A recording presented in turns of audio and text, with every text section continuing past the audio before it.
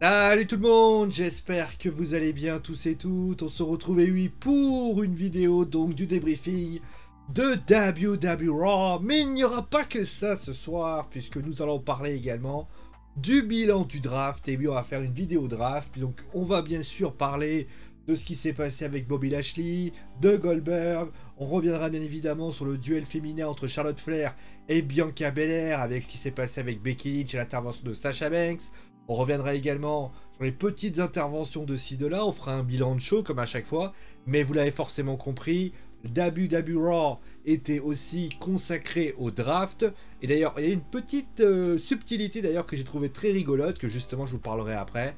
Et donc on reviendra là-dessus. Quel show a été les meilleurs ou pas? Bien sûr, ça sera l'heure du bilan de ce qui s'est passé durant ce draft qui a commencé donc à WWE SmackDown pour terminer donc hier soir à WWE Raw. Alors qu'est-ce qui s'est passé durant ce show? Quel fait marquant on peut analyser dans ce show? Alors tout d'abord, on va directement commencer avec la bonne chose de la soirée, clairement. C'était le match entre donc Sasha Banks, enfin entre Becky Lynch, entre le segment entre Becky Lynch et Bianca Belair et Charlotte Flair. Déjà excellent, très très bon segment au niveau de ce qui a été proposé. Moi j'ai vraiment adoré le segment où tu as une Bianca qui a enfin su faire un speech de plutôt de bonne qualité. Voilà, elle a su mettre les choses qu'il fallait. Et puis d'un côté, même si elle a été un peu sanguine, dans le moment elle fait je vais taper. Non, clairement, à un moment donné, voilà. Becky Lynch qui essaie un peu de la fouteuse de merde, où elle te regarde en mode t'as fait ce qu'elle dit quand même, c'est pas très sympa, hein. Donc voilà, il y avait un peu de ça. Charlotte Flair qui reste du Charlotte Flair. Donc forcément, le match en lui-même était très bien. Franchement, j'ai adoré le match. Franchement, j'ai trouvé très cool, assez court. Mais au final, il y avait vraiment des belles choses qui avaient envie de se mettre sous la dent. L'idée, voilà, d'avoir une DQ était plutôt pas mauvaise en soi. Sasha Banks qui intervient sur Becky Lynch nous fait rappeler notamment à Crown Jewel qu'il y aura un triple threat avec Becky. D'ailleurs, pour information, justement, je reviens sur ça. Les titres Raw féminins, donc qui sont donc Charlotte et Becky, n'ont pas été interchangés. Ça veut dire que du côté de Charlotte, il y a le Raw Women's Championship qui est toujours en jeu et qui, notamment, Charlotte, elle, qui traîne du côté de SmackDown, va désormais traîner du côté de SmackDown. De l'autre côté, on a Charlotte qui est donc on a du côté de Becky qui, elle, se retrouve donc clairement du côté de Raw avec le titre de SmackDown. Donc ça va un petit peu paraître bizarre, c'est-à-dire que là, est-ce qu'on va pas considérer voilà que Charlotte, elle n'a pas d'adversaire pour l'instant. Les Crown Jewel après, hein, clairement, vont pas ramener 50 filles. Mais là, il va y avoir un match à tous les trois. Est-ce que clairement Charlotte, est-ce que Sasha va pas récupérer la ceinture? Elle qui est la dernière à être du côté de SmackDown. Est-ce qu'ils vont pas faire une interjection, simplement un remplacement, voilà. Concrètement par rapport à ça, ça sera vraiment une grande question. Donc on va parler aussi, voilà, on va revenir aussi, voilà, sur Goldberg, qui a donc porté donc la Hot Business qui est venue. C'était un segment, le segment je l'ai trouvé assez fade, honnêtement. Alors j'ai trouvé que Goldberg, alors pourquoi je l'ai trouvé assez fade, me direz-vous, pardon. J'ai trouvé que c'était assez fade parce que, clairement, comment vous expliquer? Il y a plusieurs raisons à ça. La première, c'est que déjà, le fait que Goldberg vienne ce soir, est pour moi, est malvenu. Pour une raison, c'est que Goldberg, déjà, il vient en plein draft. Donc déjà, ça va pas. Deuxième chose, le fait qu'il vienne quelques mois après qu'il y ait eu l'attaque sur son fils. Alors je crois qu'il y avait notamment une blessure de Goldberg, mais bon, ça à la limite, il serait pas venu avant de toute façon, hein. Moi, de mon point de vue, déjà, c'est mal vu. Encore. Pourquoi? Parce que Goldberg, à ce moment-là, moi, j'avais complètement oublié que son fils s'était fait attaquer par Bobby Lashley. Il a fallu qu'on me le rappelle pour que je fasse. Ah oui, c'est vrai. Parce que entre temps, il y a eu quand même des adversaires qui a affronté Bobby Lashley. Bobby Lashley qui est plus d'ailleurs n'est plus le champion de la WWE, puisqu'il y a eu pardon, il y a eu des adversaires. Donc pas mal de choses se sont passées depuis. Et c'est vrai que malheureusement, si ça avait été fait de manière immédiate, oui, ça aurait marché. Mais là, c'est vrai que ça prend du temps et forcément, c'est un petit peu gênant. Et puis, le No Horse Board entre Goldberg et Bobby Lashley, je sens que c'est surtout pour éviter qu'il y ait un mauvais match comme il s'était passé avec l'Undertaker il y a quelques années. Voilà, on met un petit peu les petits plats dans les grands. En tout cas, voilà, ça c'est mon point de vue là-dessus. C'est pas un segment franchement, qui m'a marqué. Goldberg a dit ce qu'il avait à dire. Mais même d'ailleurs, Goldberg, la manière dont il parle, j'étais au boulot, j'écoutais ce que disait la personne. J'étais avec une collègue d'ailleurs, que je salue. Et concrètement, j'ai trouvé que le segment m'a pas plus hypé que ça en fait. J'étais là, je regardais, alors je travaillais en même temps bien évidemment, hein, mais j'ai pas trouvé, j'étais pas en mode ah oui quand même. Non non, il y avait rien du tout, c'était assez fade et j'ai trouvé que c'était pas ouf du tout ce qui a été proposé. Et finalement, malheureusement, bah vous allez vous rendre compte d'un truc, c'est que à part ces deux événements, ça a été très calme du côté de la WWE et donc de WWE Raw, puisque bah, on va faire le résumé rapide hein, de ce qui s'était passé, puisqu'il y a eu un match pour le titre des États-Unis entre Damien Priest et Jeff Hardy. Alors, très bien, super. Jeff et Damien ont fait un match intéressant, c'était pour le titre des États-Unis. Le problème de ce match, c'est qu'au final, ça a duré très peu de temps. Et concrètement, moi j'ai pas. Alors, il y a eu la publicité aux États-Unis notamment, mais après ça, ensuite, il y a Austin Theory qui intervient et qui s'en prend à ce moment-là à Jeff Hardy. Voilà. Shayna Dana, c'est pour, on va dire, encore une fois, overpush qui est justement montré avec l'intervention de Doudrop. Et je précise quand même, j'imagine que Doudrop va intervenir plus intensément par rapport à ça.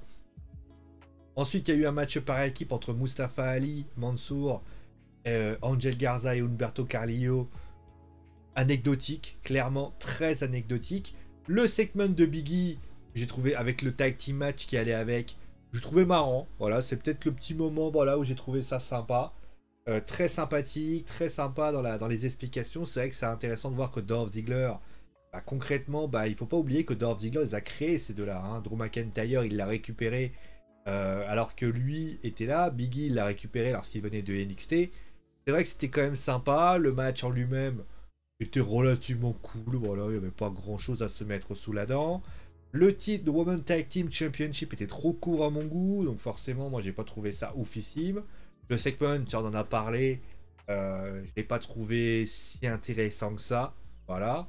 Ensuite, les New Day contre la Hot Business. Là aussi, voilà, vous avez une attaque de Goldberg, vous faites la Hot Business. Après, vous avez les Street Profits qui vient, ouais. Randy Orton qui met RKO sur AJ Styles. Tout simplement pour builder le WWE Raw Women's Champion, WWE Raw Tag Team Championship. Ouais, alors tu nous teases le fait qu'Omos va. En plus, tu nous teases le fait que Randy Orton va affronter Omos. Oui, bah Omos, il a affronté Randy Orton bien avant.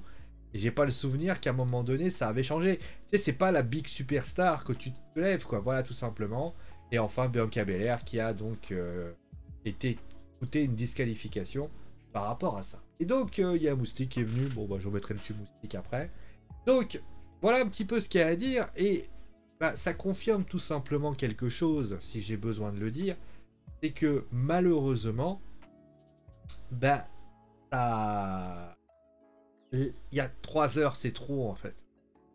T'as l'impression que la WWE, ils ont été obligés de garder des bouts de match pour essayer de pouvoir justifier le fait qu'il y ait des choses. Et le problème, c'est que le temps d'antenne qui est proposé se ressent. La semaine dernière, à SmackDown, il y avait le draft. Mais le fait qu'il y ait eu notamment quelques interventions, qu'il y ait eu ceci, qu'il y ait eu que ça, fait que au final, on a réussi à se sentir moins, on a moins ressenti cette attente. Là, la WWE est un peu obligée de meubler parce qu'ils ont devoir. Moi, je pense que si j'étais la WWE, je réduirais le temps d'antenne alors que le moustique est passé au-dessus de moi, et je réduirais le temps, et je ferais concrètement, clairement une chose, je réduirais le temps à 2 heures, voire 2 heures et demie, et je ferais en sorte que les 2 heures soient pleins, parce que je suis intimement convaincu que faire 3 heures, ça handicape la WWE qui est obligée de sortir des gros shows. C'est dur un gros show de sortir 3 heures comme ça. C'est du boulot, c'est beaucoup de travail, ça demande beaucoup d'investissement. Trouver des idées. Alors, il y a cette possibilité-là, ou concrètement, la deuxième possibilité, alors que le moustique commence à me péter les couilles, concrètement, la deuxième possibilité, c'est soit tu allonges les matchs et tu fais en sorte de faire d'un match de pay-per-view, c'est-à-dire 20-30 minutes à chaque fois.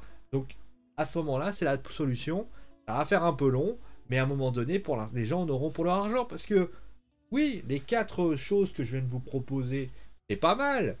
Mais tu es obligé de faire... D'ailleurs, après, les choix scénaristiques me laissent songeur aussi. Tu mets un WWE United States Championship aux États-Unis et tu ne le fais pas vraiment builder. Tu fais un match pour les WWE Tag Team Championship Women et tu fais quelque chose qui est relativement court. Tu mets des enjeux, ça se passe pas. C'est vraiment dommage. Voilà, c'est vraiment dommage. Et je trouve ça vraiment dommage par rapport à ça. Voilà, à méditer, mais bon, en tout cas, voilà ce que j'ai à dire. Ensuite, donc, qu'est-ce qu'on peut dire maintenant? On va commencer à parler du draft.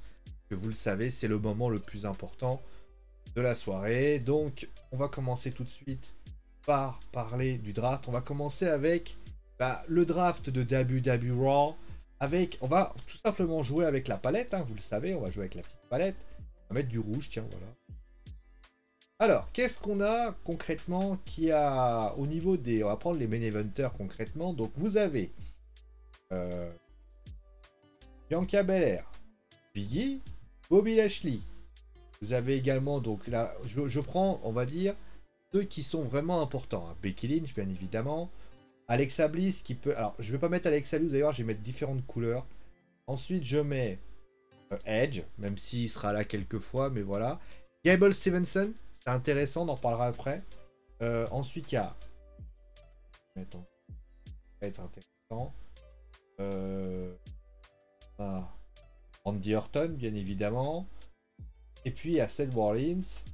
Pour moi, c'est les lutteurs qui vraiment ont quelque chose à apporter, à donner. Et ensuite, on a les lutteurs. Donc là, on va prendre... On va mettre une autre couleur. On va mettre le bleu. Voilà, le bleu foncé. Les lutteurs qui pourraient tirer leur épingle du jeu. Je pense à AJ Styles, je pense à Alexa Bliss, je pense à notamment un lutteur comme Austin Theory qui, de par ce qu'il est capable de faire, peut proposer quelque chose. Damien Priest. On a ensuite Finn Balor, bien sûr. Gable Stevenson, par rapport à ça.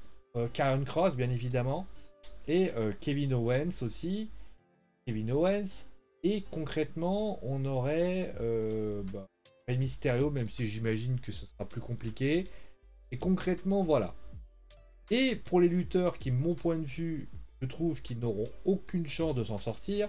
Évidemment, c'est Akira Tozawa, même si lui, il a d'autres chats à fouetter.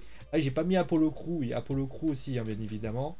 Pour moi, Carmella, je suis peu sereine. Parce que regardez, vous avez donc au niveau de la division féminine, on va les faire, hein. Vous avez quand même, au niveau de la division féminine, Rhea Ripley, Becky Lynch, Bianca Belair, Carmella qui peut... Alexa Bliss. Quand même 3 ou 4 lutteuses qui peuvent vraiment faire quelque chose. Et j'ai peur que ça puisse pas passer et que ça soit plus compliqué pour elle. Et donc, qu'est-ce qu'on peut dire de ce roster? Alors, ce roster, concrètement, à Liv Morgan qui est aussi intègre... Là, par contre, c'est une vaste connerie d'avoir mis Liv Morgan à Raw. Parce que la meuf, la petite, elle va se retrouver... Là clairement, c'était pas le moment de la faire monter. Mia Harim aussi, qui intègre WWE Raw aussi, ça, il faut quand même le dire.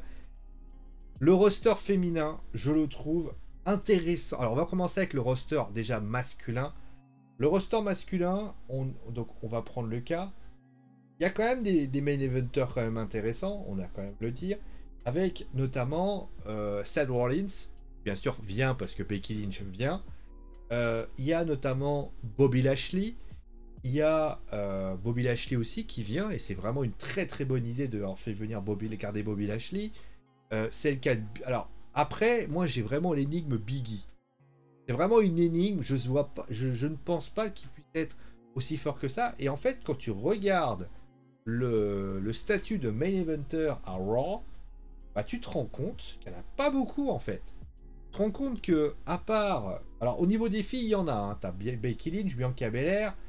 Tu peux avoir également Carmella qui peut traîner dans le tour. Mais tu as toujours des petites jeunettes qui vont peut-être pouvoir, on va dire, mettre leur grain de sel. Nia Jax reviendra à un moment donné, mais tu as toujours Rhea qui peut vraiment faire quelque chose d'intéressant. Tu peux avoir notamment, par exemple, le Doudrop, si on a envie de la faire venir, parce que si elle a attaqué, elle a quand même un petit style, même si j'aime pas trop son style, voilà, ça peut être intéressant. Donc il y a des choses intéressantes. Le truc, c'est que bah, il faut reconnaître que malgré tout, les garçons, je trouve qu'en termes de main eventer en puissance, pour la première fois, WWE Raw a opté pour peut-être des main eventers qui vont construire. Karrion Cross, le cas par exemple de Gavin Stevenson, même si Finn Balor par exemple, qu'on va peut-être essayer de récupérer pour lui mettre une petite place. On pense par exemple, bien sûr, Seth Rollins, parce que je ne vais pas me compter, mais il y a Seth Rollins, Kevin Owens aussi qui peut avoir quelque chose, Damian Priest, donc ça va être vraiment une situation voilà, assez inédite. Et on n'opte plus pour des superstars qui sont finalement des superstars en puissance, c'est plutôt l'inverse. On va faire appel à des superstars plus en retrait et on va essayer de voir ce qu'ils peuvent faire. Est-ce que ça sera une bonne idée ou une mauvaise idée? Moi, la vérité, j'en sais rien. Mais c'est vrai que d'un point de vue de ce qui est proposé, il faut avouer que le roster est beaucoup plus ouvert que l'année précédente. L'année précédente, quand ils ont ramené, ils ont demandé les bouts. Je rappelle quand même que l'année dernière, il n'y avait que Seth Rollins qui avait vraiment été important. Ils avaient dû, il y avait ils avaient envoyé des Kevin Owens et tout. Et souvenez-vous que Kevin Owens, ça avait été vraiment compliqué. Hein. On savait pas trop ce qu'il allait faire. Finalement, Kevin Owens, d'ailleurs, Kevin Owens qui revient à Raw en sachant qu'il a quand même réussi à bien passer l'essai parce que il a quand même réussi quand même plusieurs belles rivalités. Bon, il avait son Happy Corbin, ça se passe pas très bien, mais voilà, il y a des choses intéressantes à faire. Voilà, le roster est beaucoup plus équilibré. Il peut donner aussi un petit enjeu pour tous les fans qui peuvent dire voilà, ça peut être intéressant. Mais concrètement, le fait qu'il y ait un équilibrage peut donner aussi peut-être des temps d'antenne plus grands parce qu'on n'aura plus. Voilà, maintenant, clairement, le roster va tourner principalement sur Becky Lynch, Bianca Belair, Bobby Lashley, Seth Rollins et peut-être Biggie. Mais ça, par contre, aussi, ça, je voulais dire, il y a Randy Orton, bon, je l'ai mis parce que voilà, mais il y a Riddle aussi, hein, on ne sait pas ce qu'il pourra devenir, mais par contre, il y a une chose que je voulais dire, c'est que là, aujourd'hui, à part Biggie, Edge le met de côté, hein, clairement, Edge le met de côté, je le vois pas, voilà. Mais à part Biggie, il n'y a pas de réel top face. C'est là que Biggie pourra peut-être tirer son épingle du jeu, c'est que il n'y a pas de top face au sein de la compagnie. Il y a des bons face, je pense à Damien qui est plutôt un bon face, mais il n'y a pas un top face qui se dégage. Donc il peut réussir quelque chose. Voilà. Donc, donc, par contre les filles, concrètement, il y a quand même du face, il y a du heal, ça peut paraître intéressant. Du côté des filles, on va dire, il y a quand même Becky et Bianca qui vont vraiment être au début. Après les autres filles, moi je suis curieux de voir comment ça va se passer, sachant qu'on ne sait pas la durée de la team Nikki SH et Rhea Ripley. Pour l'instant, on n'en sait rien. Quand est-ce que Nia Jax va revenir? Parce que quand Nia Jax va revenir aussi, ça va apporter une donnée importante et justement par rapport à ça. On va passer maintenant au roster de SmackDown. Alors le roster de SmackDown qui est beaucoup plus petit bien sûr, puisque moins d'horaires forcément. On va juste changer la couleur pour mettre du rouge comme d'habitude. Alors on va faire différemment. Alors déjà première chose, on va compter donc au niveau des main eventers féminins. On va commencer tout de suite par les main eventers féminins. On a Charlotte Flair bien évidemment. On a Sasha Banks qui traîne là, voilà. Et concrètement, j'ai le regret de dire que là je vais nous en citer deux. Il y a Shayna. Shayna, clairement, parce que Shayna a été bookée très puissante. Et j'imagine que Shayna va être littéralement la troisième partie. Et concrètement, c'est tout. C'est-à-dire que contrairement au roster de Raw, on va prendre le roster de Raw, hein, qui est beaucoup plus fourni niveau féminin. Hein, je vais prendre une couleur un peu plus en termes de ce qui est proposé. Je vais prendre par exemple du blanc, voilà. exemple. Vous avez donc Becky, Bianca, et Becky, vous avez Bianca, vous avez Carmella, vous avez... Je parle vraiment de ceux qui sont potentiellement capables de faire quelque chose. Liv Morgan, Mia Haim, j'allais mettre de côté pour l'instant parce qu'on ne sait pas trop quel sera son statut. Vous avez Tegan. Tegan, elle peut faire quelque chose, hein, Tegan Nox. Hein. Elle a été un peu discrète, mais elle peut proposer quelque chose. Elle peut raconter quelque chose. Bon, après on verra. Rhea Ripley, bien évidemment. Nikki ASH, elle peut toujours faire quelque chose. Elle a un gimmick assez intéressante. Et vous voyez, il y a quand même 1, 2, 3, 4, 5, 6, 7, 8. Liv, moi je la mets vraiment en conditionnel parce qu'elle est trop... Pour moi, c'est une erreur de l'avoir fait venir. Elle fait partie des lutteuses que j'aurais laissées du côté de SmackDown. Elle avait le temps de grandir. Là, on l'envoie au casse-pipe à Raw. Raw, c'est un gros show. Il va falloir qu'elle fasse ses preuves. Je trouve que c'est trop rapide. Voilà, c'est mon avis. Après, les gens peuvent dire le contraire. Mais je trouve que c'est trop rapide. C'est lui donner un truc assez fou par rapport à ça. Et ensuite, on a, donc, comme je disais, on a finalement que 3 grosses lutteuses. J'ai pas. Alors, dites-moi s'il y a une lutteuse qui. Attention, avant qu'on puisse vous hurliez, bien évidemment. Je compte pas Chotzi qui pour moi. Oui, il y a Toni Storm, mais pour moi, au vu de la manière dont elle a été désignée, Toni Storm, dans ce draft, je trouve que Toni Storm a été vachement mis de côté. Parce que Toni Storm, pour moi, elle aurait dû être annoncée comme Alia, comme Ciali. Rendez compte quand même que Ciali a été plus meilleur annoncé que du côté de Toni Storm. Donc, je la mets vraiment dans une... Mais par contre, il y a un truc qui m'a beaucoup étonné, c'est qu'il y a énormément déjà de tag teams qui se séparent, Tamina et Natalia par exemple. Mais il y a un truc que je remarque, c'est qu'il y a beaucoup de vétérantes qui arrivent. Naomi, Natalia. Donc, la réalité là, je mets B-Fape de côté, puisque B-Fape, et moi je considère que B-Fape aujourd'hui, bah, elle est trop juste pour pouvoir lutter. Clairement, on l'a vu à NXT. Et puis il y a concrètement les garçons. Alors les garçons, on va prendre une autre couleur.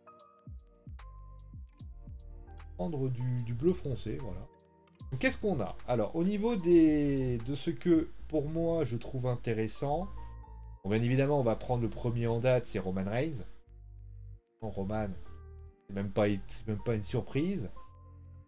Ensuite il y a Roman a été désigné. Drew McIntyre, bien évidemment. Drew McIntyre qui va se déclarer, bien évidemment. King Nakamura. Alors, même s'il a eu du mal à perdre, King Nakamura, ça peut être quelque chose. Voilà, il peut se révéler, il peut apporter quelque chose de champion intercontinental. Sheamus aussi, hein, clairement. Voilà, Sheamus. Mais vous voyez que, alors Cesaro. C'est vraiment une énigme, hein. On l'a pas revu depuis très longtemps, on sait pas trop ce qu'il fait, je le mets vraiment. Et en fait, ce que je peux constater, c'est que le roster est beaucoup... Je veux dire, à part Drew McIntyre et Roman Reigns, que je trouve que le roster est très... on va dire, est vraiment les deux tops d'affiche. Ah, les autres, finalement, ça se joue, quoi. Vous avez Cesaro, Sheamus, et notamment... Ridge Holland, je mets vraiment de côté, pour moi, il est encore un peu juste, on sait pas trop. Mais concrètement, il va y avoir Biffet. Alors, bien évidemment, les Hit Row va avoir leur rôle à jouer. On va voir justement ce qu'ils vont apporter. Mais concrètement, je trouve que c'est un roster, contrairement à celui de Raw, qui a un peu plus sur ses acquis, si vous voulez. C'est-à-dire que Cesaro, Drew McIntyre, Sheamus, Roman Reigns, même Sami Zayn, ce sont des personnes qui sont des personnes garanties. Il n'y a pas de... Là, c'est ceux que je viens de te citer. Ils ont la possibilité maintenant de pouvoir grimper dans le main event. Mais concrètement, Sheamus, c'est un main event en puissance. Cesaro, il a prouvé qu'il pouvait produire quelque chose. Drew McIntyre, j'en parle même pas. Roman Reigns. C'est-à-dire, il y a quelque chose qui est différent à SmackDown, contrairement aux années précédentes. Et surtout, il y a quelque chose qui m'a le plus étonné dans cette année, c'est que j'ai l'impression que SmackDown est contenté, voilà, de ramener peut-être des acquis. Vous voyez ce que je veux dire? On ramène Naomi, on ramène Natalia, enfin garde Natalia, on ramène Sheamus, on ramène par exemple Drew McIntyre, on ramène Cesaro, on garde des personnes prend Jeff Hardy, qui peut toujours faire quelque chose de pas mal. On garde un King Nakamura qui est pas mal non plus aussi. En fait, on met Mansour. Très con, voilà, on met un Mansour qui peut apporter quelque chose. Mais concrètement, on met en avant aussi toutes les tag teams. Ça aussi, il y a les Usos qui sont là. Il y a Xavier Hood, il y a les New Day qui sont présents ici. C'est beaucoup d'acquis en fait. Ces gens-là sont des acquis. Voilà, ces gens-là, on sait qu'ils sont, on va dire, acquis. Et ça, c'est intéressant. C'est intéressant. Alors après, ce qu'il va faire quoi? C'est que dans ce roster, il y aura peut-être pas la superstar qui va exploser. C'est peut-être ça la différence. À part Rich Roland qui vraiment est un lutteur qu'on va découvrir, Late Rock que les gens vont découvrir, mais à part ça, il n'y aura pas d'autre chose. Donc Chotzi qui va pouvoir travailler en solo, donc il va peut-être pouvoir faire son bonhomme de chemin, mais il n'y a pas de lutteur qui va devoir se relancer par exemple. Moi j'ai pas un lutteur que je me dis tiens celui-là il faut qu'il se relance. Jeff est pour moi en post-retraite, donc clairement je prends, mais il n'y a pas, c'est plutôt, je m'appuie sur les acquis, et j'essaye de faire en sorte que ces acquis puissent évoluer. Et là, ça va être vraiment une grande énigme. Là, je me pose vraiment la question. Alors, je ne sais pas qui est Shanky, hein, je vous dis la vérité, c'est peut-être quelqu'un que vous connaissez. Il y a Ciali, même Ciali, vous voyez, c'est une lutteuse qui... Mais il n'y a pas... Ah oui, non, mais le mec, il était en échec à Raw, il part à SmackDown, il va exploser. Là, il n'y a rien. Là, clairement, je me trouve...